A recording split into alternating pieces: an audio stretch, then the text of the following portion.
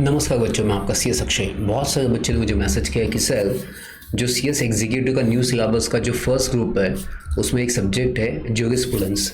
Sir, उस subject में कौन से चैप्टर को फर्स्ट ख़त्म करना चाहिए? बहुत सारा वास्ट सिलेबस है, बहुत सारे चैप्टर्स उसमें दिए गए, बहुत सारे एक्ट है, बहुत सारे कंप्लायंस है, कंडीशंस है, सेक्शंस है। तो कैसे इसको मैनेज करें? देखिए, मैंने जब एग्ज़ाम दी थी आई गॉट एग्जामेशन 66 हाईएस्ट था मेरा। तो कैसे मैंने मैनेज किया था मैं आपको बताता हूँ।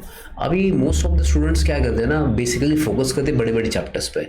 जैसे फॉर एग्जांपल मैं आपको बताना चाहता हूँ कि कुछ बच्चे जो क्या करते हैं, सीधा स्टार्ट करेंगे सोर्स ऑफ लॉ या स्टार्ट करेंगे इंटरप्रिटेशन ऑफ स्टैट्यूट्स क्या होता है।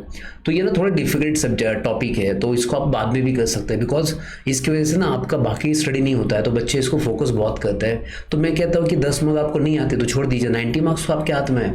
तो इसकी शुरुआत कैसे करनी चाहिए, कैसा इसका टाइम टेबल होना चाहिए, तो मैं आपको बताना चाहता हूँ। सबसे पहले फर्स्ट कौन सा चैप्टर करना चाहिए आपने देखिए। सबसे पहले फर्स्ट अगर इजी चैप्टर से स्टार्ट करना है तो मैं आपको बहुत सिंपल कहूँगा, टॉट से स्टार्ट कीजिए, लॉ ऑफ टॉट। क्योंकि टॉट आपका पहला भी हो चुका है, मतलब सी एस ई टी में या कहीं और जगह पे टॉट ना बहुत बेसिक है। टॉट का मतलब क्या होता है, what is wrong, what is right. तो ये टॉट ना बहुत बेसिक चैप्टर है। अगर आपने इसको कर दिया तो अराउंड आपके 5 to 7 मार्क्स कन्फर्म है। तो आप समझिए 5 मार्क भी अगर ये क्वेश्चन आता है तो 5 मार्क आपने यहाँ पे सिक्योर कर दिए। बहुत ईजी चैप्टर बच्चे, टॉट में ऐसा कोई नहीं है कि आएगा नहीं आपको टॉट। पहला। दूसरा, एडमिनिस्ट्रेटिव लॉ। एडमिनिस्ट्रेटिव लॉ में बहुत अच्छा है बच्चों। एडमिनिस्ट्रेटिव लॉ ना बहुत इजी चैप्टर है, मतलब आप देखोगे तो ये गवर्नमेंट की ड्यूटी क्या है कि एडमिनिस्ट्रेटिव ट्राइब्यूनल क्यों बनाए जाते हैं, ट्राइब्यूनल में डिफरेंस क्या है, कोर्ट में डिफरेंस क्या है। तो ये बहुत ईजी, आप इसको ईजिली मैनेज कर सकते हो। तो ये 2 चैप्टर के आपके पास 10 मार्क हो गए। फिर थर्ड चैप्टर जो मैं आपको बताऊंगा जो आपको 100% पहले करना चाहिए, वो है स्पेसिफिक रिलीफ एक्ट।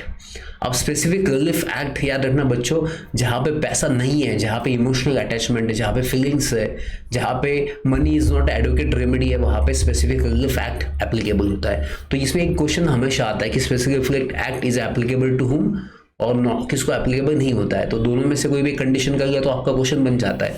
तो ये ना 5 मार्क का कंफर्म एक क्वेश्चन आता है, तो आपके पास 10-15 मार्क हो गए। टॉट, एडमिनिस्ट्रेटिव लॉ, तीसरा आपका स्पेसिफिक रिलीफ एक्ट। तो ये आपका तीसरा चैप्टर है जो आपको करना ही पड़ेगा बच्चों। फोर्थ जो आपको मैं बताऊंगा, लिमिटेशन। बहुत ईजी है, मैंने इसके लिए मैं चार्ट बुक बनाया, एक डायग्राम बनाया है लिमिटेशन के लिए। ये एग्जाम में क्वेश्चन आता है केस आती है लिमिटेशन का, तो बहुत ईजी से बढ़ के जाने से प्रॉपर्टीज है तो कोई 30 साल का है, कोई 3 साल का है, टॉट है तो 1 साल का। तो बेसिकली लिमिटेशन पीरियड वहाँ पे मेंशन किया कि आप कब तक केस फाइल कर सकते हो। तो ये 5 मार्क का क्वेश्चन है, केस बनती है। तो ये होगा आपका चैप्टर नंबर 4। चैप्टर नंबर 5 बच्चों जो है ना सबसे इंपॉर्टेंट, वो है आर्बिट्रेशन, मीडिएशन एंड कॉन्सिलेशन। अब ये मीडिएटर होता कौन है, कॉन्सिलेटर को अपॉइंट कैसे किया जाता है, प्रोसेस क्या होता है, एग्रीमेंट कैसे होता है, इनका डिसीजन बाइंडिंग होता है, कितने महीने के अंदर अपॉइंट करना पड़ता है। जैसे आर्बिट्रेटर जो होता है, जो दूसरे के झगड़े में आता है, तो हमेशा इवन नंबर में होता है। इवन नंबर मतलब सॉरी ऑड नंबर में होता है। जैसे फॉर एग्जाम्पल 1, 3, 5, 7 ऐसे नंबर में वो अपॉइंट किया जाता है कि दोनों पार्टी का एक एंड इनका थर्ड अंपायर होता है। तो ऐसे 3 आर्बिट्रेटर अपॉइंट कर सकते हैं, 1 भी कर सकते हैं, 5 भी कर सकते हैं। फिर ये बहुत इंपॉर्टेंट है कि कैसे सॉल्व किया जाएगा, मैटर प्रोसेस क्या होती है, उसका कॉन्फ्लिक्ट ऑफ इंटरेस्ट नहीं होना चाहिए आर्बिट्रेशन का। तो ये चैप्टर कर लीजिए, 5 मार्क कंफर्म है। इसमें बहुत ईजी, इसमें कोई लॉजिकल साइंस नहीं है। तो 4 आपके चैप्टर के 20 मार्क हो गए। अब नेक्स्ट आता है रजिस्ट्रेशन ऑफ डॉक्यूमेंट। तो भाई साहब ये बहुत ईजी चैप्टर है। रजिस्ट्रेशन इंडिया में कब करना चाहिए, आउटसाइड इंडिया में कब करना चाहिए, इंडिया में आने के बाद कितने महीने के अंदर, 4 महीने के अंदर करना चाहिए। फिर रजिस्ट्रेशन एप्लीकेबल टू कौन से डॉक्यूमेंट्स को है, कौन से डॉक्यूमेंट्स को नहीं है, नॉन रजिस्ट्रेशन की इफेक्ट्स क्या है। तो ये 5 मार्क की बहुत ईजी चैप्टर आता है बच्चों, बहुत मतलब अब इसमें कोई लॉजिक ही मत देखिए कि सर रजिस्ट्रेशन ऑफ डॉक्यूमेंट्स मतलब क्या है कि आपको डॉक्यूमेंट्स रजिस्टर करने के लिए जाना है। आप कहाँ पे जाना है, सब रजिस्ट्रार के पास जाना है। अगर वो नहीं है तो वो कहाँ जा सकते हो, कहीं दूसरी जगह पे जा सकते हैं, इंडिया में कहाँ जा सकते हो, कितने दिन के अंदर अपील कर सकते हो, उसकी पेनल्टी क्या है। ये 5 मार्क का एकदम बहुत ईजी लॉलीपॉप आएगा। मतलब आप सोचिए 25 मार्क आपका हो गया, 5 चैप्टर हो गए। 6 चैप्टर जो आपको बताऊंगा जो बहुत इंपॉर्टेंट है, that is right to information law. बहुत इंपॉर्टेंट है इन्फॉर्मेशन लॉ, इन्फॉर्मेशन टेक्नोलॉजी। तो ये जो लॉ है ना, दोनों ये राइट एंड लॉ, इन दोनों में ना 10 मार्क आप कन्फर्म पकड़ के जाना। तो आपका ये 7 चैप्टर अगर आपने कर दिया ना, आपके 35+ मार्क्स कन्फर्म है। इसमें कुछ नहीं है, राइट टू इन्फॉर्मेशन। आपको अगर इन्फॉर्मेशन लेने का अधिकार है, 30 दिन के अंदर इन्फॉर्मेशन देना चाहिए, नहीं दिया 30 दिन के अंदर तो क्या कर सकते हो, कहाँ पे कंप्लेंट कर सकते हो, अगर मिसलीड किया इन्फॉर्मेशन को या आपकी इन्फॉर्मेशन को लैक किया या कोई इन्फॉर्मेशन दी नहीं, डिनाई कर दिया विदाउट रीज़न, तो आप क्या कर सकते हो, बहुत इंपॉर्टेंट है वहाँ पे। और आईटी एक्ट में कौन से वायलेशंस है, कौन से पेनल्टीज़ है, जैसे 66A है, 66B है, तो बहुत सारे सेक्शंस है, तो उसमें से कुछ इंपॉर्टेंट सेक्शंस मैं बताऊंगा आपको, तो वो कर लिया ना आपको 5 में कन्फर्म है, केस आती है, नहीं तो एक तो पेनल्टी पूछ लेंगे आपको। फिर बच्चों ये आपके 7 चैप्टर। अभी नेक्स्ट आता हूँ मैं पार्ट सी पे, जहाँ पे contract and sale of goods at a negotiable instrument है। ये तो 15 मार्क आप पकड़ के चलिए। तो आप समझिए बच्चों, ये आपके जो 7 ये 3 चैप्टर 10। अब ये कॉन्ट्रैक्ट में क्या बच्चों बचपन से पढ़ते आ गए कि कॉन्ट्रैक्ट में होता है, पहले ऑफर होता है, फिर कंसेंट होता है। अभी इसके सेक्शंस भी मैंने याद किए थे लास्ट सेशन में। ऑफर देने का तो कैसे देने का, 2A उसको ऑफर देने का, उसके पास से क्या चाहिए, कंसेंट। जो 13 वो मेरा होने वाला है, सेक्शन 13 मतलब कंसेंट। दोनों के बीच में प्रॉमिस बन जाता है, प्रॉमिस फ्यूचर में होता है सेक्शन 2B और नॉट टू बी।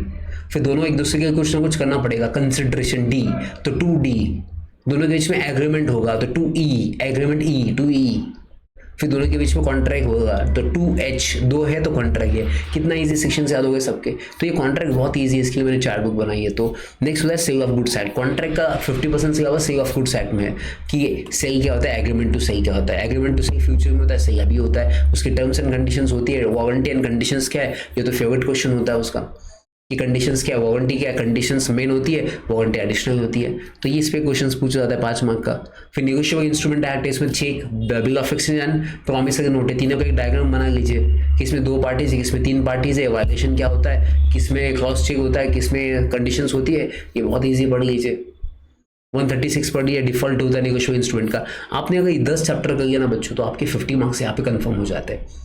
अब आते हैं नेक्स्ट जो चैप्टर अपने, और इसमें से कौन से अपन फोकस कर सकते हैं।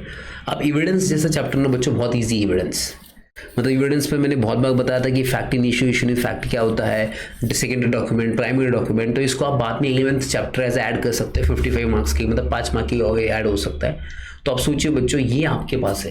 अगर आपको कॉन्स्टिट्यूशन बहुत अच्छा लगता है, इसमें मेरा जो कोर था वो कॉन्स्टिट्यूशन था। कॉन्स्टिट्यूशन में बहुत ईजी पूछे जाते हैं फंडामेंटल राइट्स, बेसिक प्रोविजंस।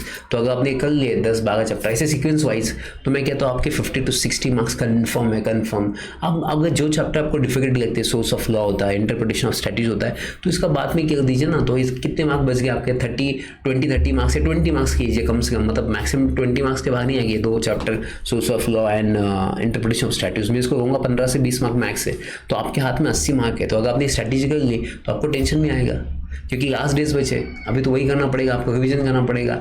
अगर आपको रिवीजन कैसे करना वो भी नहीं समझ आएगा, तो मैं आपको गाइड कर दूंगा रिवीजन कैसे की जाती है, तो उसका भी आप टेंशन मत लीजिए। बट सीक्वेंस ऐसा करना, अगर आपको ज्यूरिस्प्रूडेंस में या जिगल में आपको 100% पास होना है, विथ एग्जामिनेशन पास होना है, तो स्ट्रैटेजी ऐसी होनी चाहिए। आप बड़े बड़े चैप्टर पे मत फोकस कीजिए, तो छोटे छोटे चैप्टर वैसे ही रह जाते हैं। तो ये मेरा आपका सजेशन है, प्लीज़ इसको फॉलो कीजिए। एंड अगर आपको इसमें कोई भी डाउट आता है या कोई भी आपको गाइडेंस चाहिए किसी भी टॉपिक के बारे में किसी, तो बिंदास मुझे मैसेज कीजिए व्हाट्सएप पे, या आप मुझे टेक्स्ट कर सकते हो, या तो आप कमेंट कर दीजिए नीचे कि आपको कौन से टॉपिक है या कोई सजेशन चाहिए कि क्या कॉन्सेप्ट है लॉ के, कोई भी कॉन्सेप्ट, मतलब ज्यूरिस्प्रूडेंस हो, ACIP हो, इन दोनों में अगर आपको कोई भी कंसेप्ट में डिफिकल्टीज आती समझने में, तो मुझे एक मैसेज ड्रॉप कीजिए कमेंट बॉक्स में। आपकी जो भी कंसेप्ट है या कोई भी डाउट है मैं क्लियर कर सकता हूँ। तो प्लीज़ इसको फॉलो कीजिए एंड देखिए रिजल्ट कैसे आता है। Thank you so much, bye, take care.